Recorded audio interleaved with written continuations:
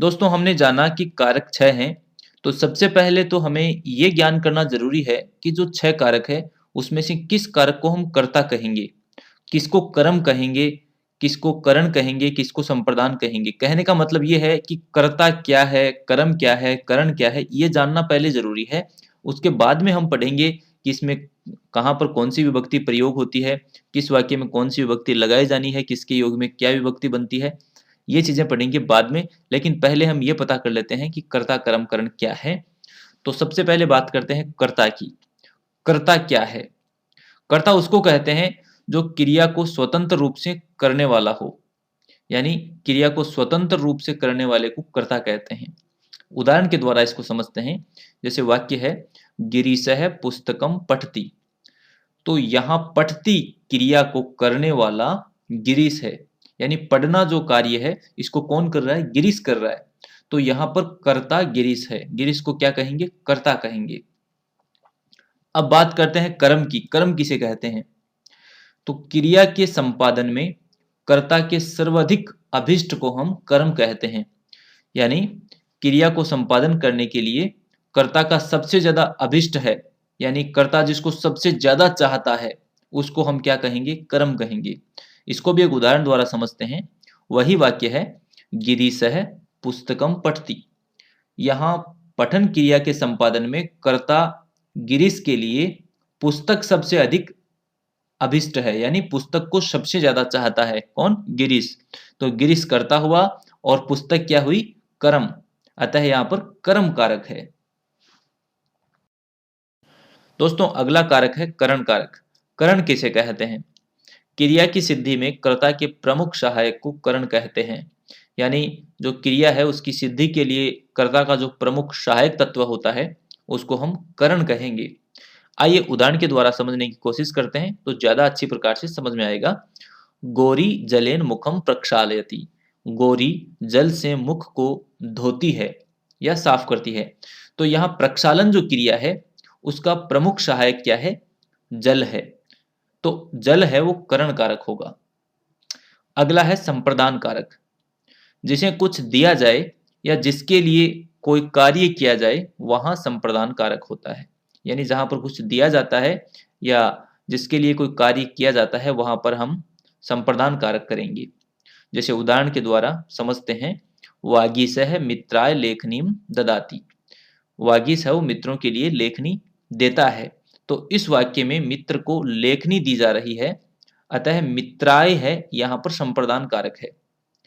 इसी तरह माता बालकाय फलम आनयति। इस वाक्य में फल लाने का कार्य है, ये बालक के लिए हो रहा है, अतः बालकाय जो शब्द है इसमें संप्रदान कारक होगा।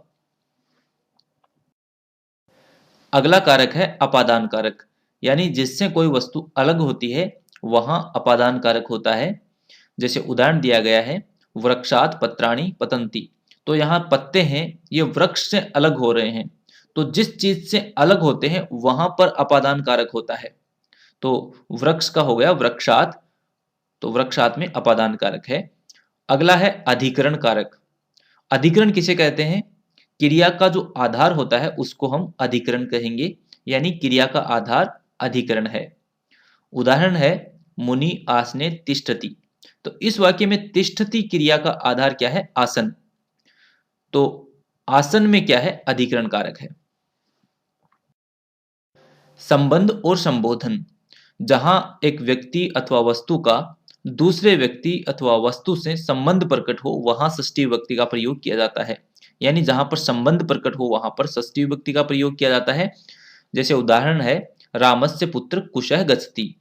तो यहाँ रामस्य जो शब्द है इसमें षष्ठी होगी क्योंकि राम का पुत्र, तो संबंध प्रकट हो रहा है। यानी पुत्र कुश का राम से सीधा संबंध है, अतः रामस्य में संबंधवाचक षष्ठी विभक्ति होगी। और सोहनस्य पुस्तकम अस्ति, ये एक दूसरा उदाहरण है। यहाँ सोहन का पुस्तक से सीधा संबंध है, अतः सोहनस्य में संबंध कारक है, यानी षष्ठी विभक्ति प्रयोग हुई है। अब बात करते हैं संबोधन की। तो जिसे पुकारा जाए या संबोधित किया जाए उसे संबोधन कहते हैं। जैसे, हे बालकः कोलाहलम मा कुरु। तो इस वाक्य में बालक को संबोधित किया गया है, अतः संबोधन है। तो क्रिया में सीधा संबंध न रखने के कारण संबंध और संबोधन को संस्कृत में कारक नहीं माना गया है। ये चीज आपको ध्यान रखनी है, यानी संबंध और संबोधन को कारक नहीं माना गया है।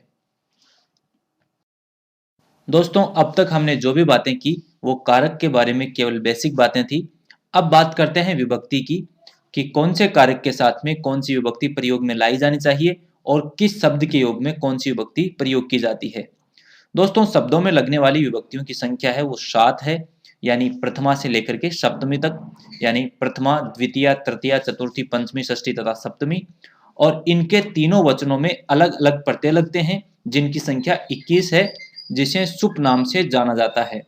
सुप प्रत्ययों के लग जाने पर ही शब्द पद बनकर प्रयोग योग्य होते हैं तथा सुबंत कहलाते हैं। कहने का मतलब है, जो 7 विभक्तियां हैं, इनके तीनों वचनों में अलग अलग प्रत्यय लगते हैं। प्रत्ययों की संख्या 21 है और उन प्रत्ययों को हम सुप नाम से जानते हैं। सुप प्रत्ययों के लगने से शब्द हैं वो पद बनकर के प्रयोग योग्य होते हैं तथा उनको हम क्या कहते हैं, सुबंत कहते हैं। ये विभक्तियां दो तरह से प्रयोग में लाई जाती हैं, कारक विभक्ति के रूप में तथा उपपद विभक्ति के रूप में। कारक विभक्ति क्या होती है, यह पता लगाते हैं। क्रिया के आधार पर संज्ञा आदि शब्दों में लगने वाली विभक्ति को कारक कहते हैं, यानी जो संज्ञा शब्दों में क्रिया के आधार पर विभक्ति लगती है उनको हम कारक विभक्ति कहते हैं।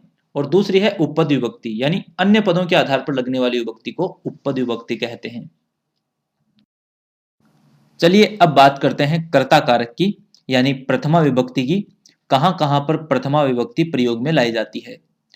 कर्तृवाच्य के कर्ता में और कर्म वाच्य के कर्म में प्रथमा विभक्ति लगती है, यानी जो कर्तृवाच्य है उसके तो कर्ता में और कर्म वाच्य के कर्म में प्रथमा विभक्ति लगती है। चलिए मैं आपको पहले कृतवाच्य और कर्म वाच्य के बारे में बता देता हूं। संस्कृत में वाच्य 3 होते हैं, कर्तृवाच्य, कर्म वाच्य और भाववाच्य। तो जो कर्तृवाच्य होता है उसमें कर्ता प्रधान होता है और कर्म वाच्य होता है उसमें कर्म प्रधान होता है। तो कर्तृवाच्य के कर्ता में प्रथमा विभक्ति लगती है और कर्म वाच्य के कर्म में प्रथमा विभक्ति लगती है।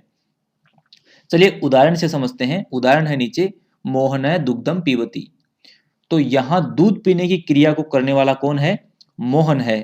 तो मोहन क्या है, कर्ता है और कृतवाच्य में कर्ता प्रधान होता है और कर्ता में प्रथमा विभक्ति प्रयोग में लाई जाती है, अतः मोहन में प्रथमा विभक्ति है। अगला उदाहरण है, राम है पुस्तकम पठती। इस वाक्य में पुस्तक पठन क्रिया को करने वाला राम है, यानी पुस्तक को पढ़ने वाला कौन है, राम है। तो जो प्रधान है वो कर्ता है और कर्ता में प्रथमा विभक्ति लगती है। सोहनेन ग्रंथः पठ्यते। अब इस वाक्य में हम समझेंगे कर्म कर्म में किस प्रकार से प्रथमा विभक्ति लगती है। तो वाक्य है, सोहनेन ग्रंथः पठ्यते। यह वाच्य कर्म वाच्य है जिसमें कर्म प्रधान है, यानी ग्रंथ का पढ़ना क्या है, कर्म है, तो वो प्रधान है, अतः ग्रंथ में प्रथमा विभक्ति प्रयोग में लाई जाएगी। आपको यहाँ पर प्रथमा विभक्ति के लिए एक नियम ध्यान में रखना है कि किसी भी शब्द के अर्थ, लिंग एवं परिमाण को प्रकट करने के लिए प्रथमा विभक्ति प्रयोग में लाई जाती है। जैसे मोहन है, पुरुष है, लघु, लता आदि। तो इन शब्दों के योग में क्या है, प्रथमा विभक्ति है। जैसे एक उदाहरण नीचे दिया गया है, वयम इमम कालिदास इति नामना जानीम। तो यहाँ पर कौन सी विभक्ति प्रयोग में लाई गई है, प्रथमा विभक्ति प्रयोग में लाई गई है, यानी अर्थ, लिंग एवं परिमाण को प्रकट करने के लिए प्रथमा विभक्ति प्रयोग में लाई जाती है। अब बात करते हैं कर्म कारक की, यानी द्वितीय विभक्ति की, कि कौन कौन सी जगह पर द्वितीय विभक्ति प्रयोग में लाई जाती है। वाक्य में कर्ता के सर्वाधिक अभिष्ट अर्थात कर्म में द्वितीय विभक्ति प्रयोग में लाई जाती है। जैसे उदाहरण नीचे दिया गया है, वैष्णवी चित्रम पश्यति। तो यहाँ वैष्णवी को चित्र देखना सर्वाधिक अभिष्ट है, यानी सबसे ज्यादा अच्छा लग रहा है। तो यहाँ पर कर्म संज्ञा है और कर्म संज्ञा होने के कारण जो चित्र शब्द है यहाँ पर द्वितीय विभक्ति का प्रयोग हुआ है। इसी प्रकार बालः मोदकम वांछति। तो यहाँ पर बालक को मोदक अभिष्ट है, अतः वह कर्म संज्ञक है। तो यहाँ पर द्वितीय विभक्ति का प्रयोग हुआ है।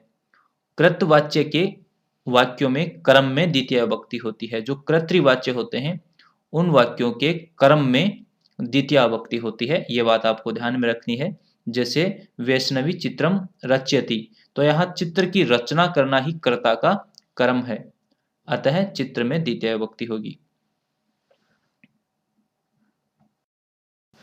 यहाँ पर कुछ शब्द दिए गए हैं जिनके योग में हमेशा द्वितीय विभक्ति का ही प्रयोग होता है, अतः आपको इन शब्दों को ध्यान में रखना है। जहां भी आपको ये शब्द दिखाई दें, आपको समझ लेना है कि यहाँ पर द्वितीय विभक्ति का प्रयोग हुआ है। शब्द ये हैं: अभितः, परितः, शमया, निक्षा, हा, प्रति, उभयतः, सर्वतः, धिक्, ऊपरी, अद्यः, विना, अंतरा, अंतरेण। ये जो शब्द हैं इनके योग में द्वितीय विभक्ति का ही प्रयोग होता है। और नीचे कुछ वाक्य भी दिए गए हैं जिनमें इन शब्दों का प्रयोग हुआ है, जिनके योग में द्वितीय विभक्ति आई है।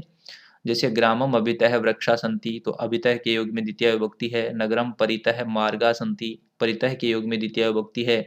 विद्यालयम समया उद्यानम अस्ति, तो शमया के योग में द्वितीय है। नीचे निक्षा, नदीम निक्षा शीतलः समीरः वहति, तो निक्षा के योग में द्वितीय है। हा बालघातीनम, तो हा के योग में द्वितीय विभक्ति है। नीचे एक वाक्य है अहम मित्रम प्रति किमपि न कथिष्यामि, तो प्रति के योग में द्वितीय विभक्ति है। मार्गम उभयतः वृक्षा सन्ति, उभयतः शब्द के योग में है। आश्रमम सर्वतः वनानि सन्ति, सर्वतः शब्द के योग में द्वितीय है। धिक् मूर्खम, धिक् के योग में है। मम गृहम उपरि वायुयानम गच्छति, ऊपरी शब्द के योग में द्वितीय विभक्ति है। भूमिम अद्यः जनत्व सन्ति, अद्यः शब्द के योग में द्वितीय है। पुत्रम विना माता दुखितः अभवत्, तो विना शब्द के योग में द्वितीय विभक्ति है।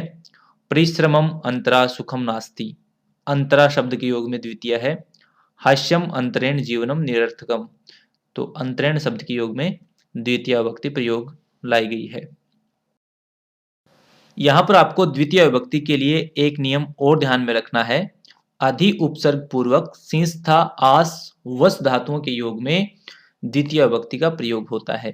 तो यहाँ पर कुछ वाक्य दिए गए हैं। राजकुमारः प्रियंकम अधिसेते, विष्णु वैकुंठम अधिसेते, प्राचार्य उच्चासनम अध्यास्ते। तो यहाँ पर क्या है, जो अधि उपसर्ग पूर्वक जो धातु है उसके पहले जो शब्द होता है उसमें द्वितीय विभक्ति होती है। अगला उदाहरण है मुनि वनम अधिवस्ति। तो यहाँ पर क्या है कि जो वस धातु है इससे पहले अधि उपसर्ग है, तो नियम यह है कि अधि उपसर्ग पूर्वक यदि वस धातु आ रही है तो उसके पूर्व वाला जो शब्द है उसमें द्वितीय विभक्ति का प्रयोग किया जाएगा। तो ये हुआ मुनि वनम अधिवस्ति, तो वनम में द्वितीय विभक्ति प्रयोग हुई है। अब आपको द्वितीय विभक्ति के लिए अगला नियम ध्यान में रखना है कि व्यवधान रहित कालवाची एवं मार्गवाची शब्दों के योग में द्वितीय विभक्ति का प्रयोग होता है। जैसे उदाहरण नीचे दिया गया है, छात्रः द्वादश वर्षाणि अपठत्, तो द्वादश वर्षाणि एक कालवाची शब्द है और व्यवधान रहित है, अतः यहाँ पर द्वितीय विभक्ति का प्रयोग हुआ है। अगला वाक्य है छात्रः मासम पुस्तकम अपठत्, तो यह भी एक कालवाची शब्द है मासम, तो मासम में द्वितीय विभक्ति का प्रयोग हुआ है।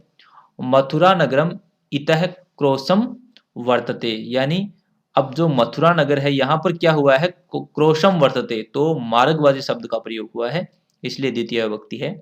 विद्यालयात् क्रोश द्वयम पर्वतः वर्तते, तो यहाँ पर भी मार्गवाची शब्द है, इसलिए द्वितीय विभक्ति का प्रयोग हुआ है। तो ये यहाँ पर कुछ शब्द दिए गए हैं जिनके योग में हमेशा द्वितीय विभक्ति का ही प्रयोग होता है, तो ये बात भी आपको ध्यान में रखनी है। जैसे शब्द दिया गया है सेव, तो सेव के योग में द्वितीय विभक्ति का प्रयोग किया जाता है। जैसे उदाहरण है पुत्रः पितरम सेवते, तो सेव धातु के योग में पितर जो शब्द है इसमें द्वितीय विभक्ति का प्रयोग हुआ है।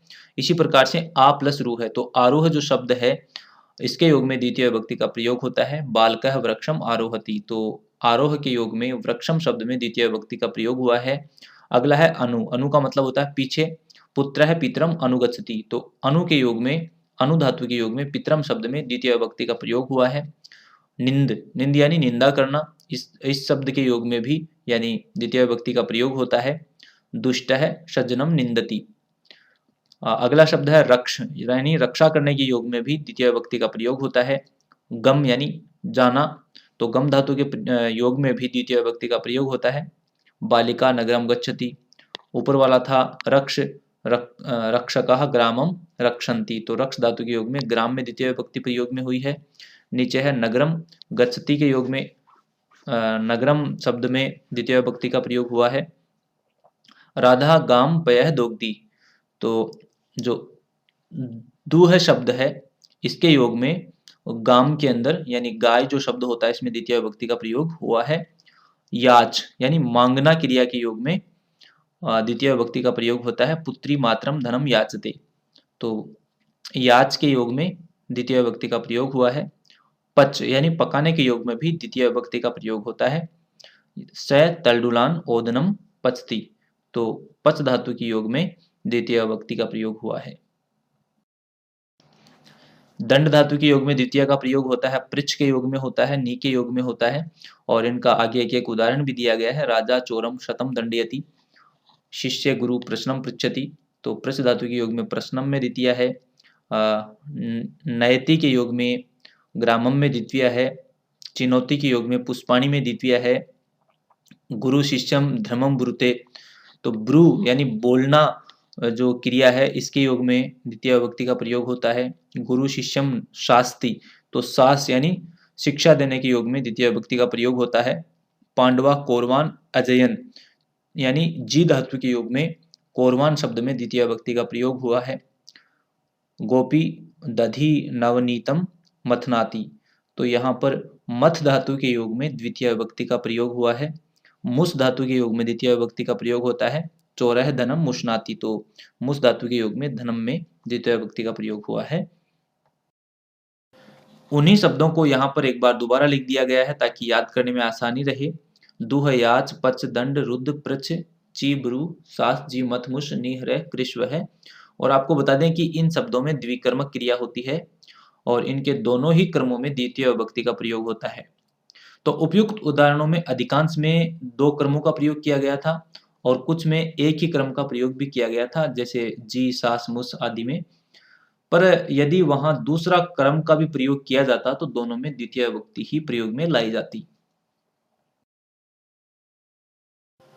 तो दोस्तों यहाँ पर दो कारक कंप्लीट हो गए हैं, यानी दो विभक्तियां कंप्लीट हो गई हैं। कर्ता कारक, कर्म कारक यानी प्रथमा विभक्ति और द्वितीय विभक्ति।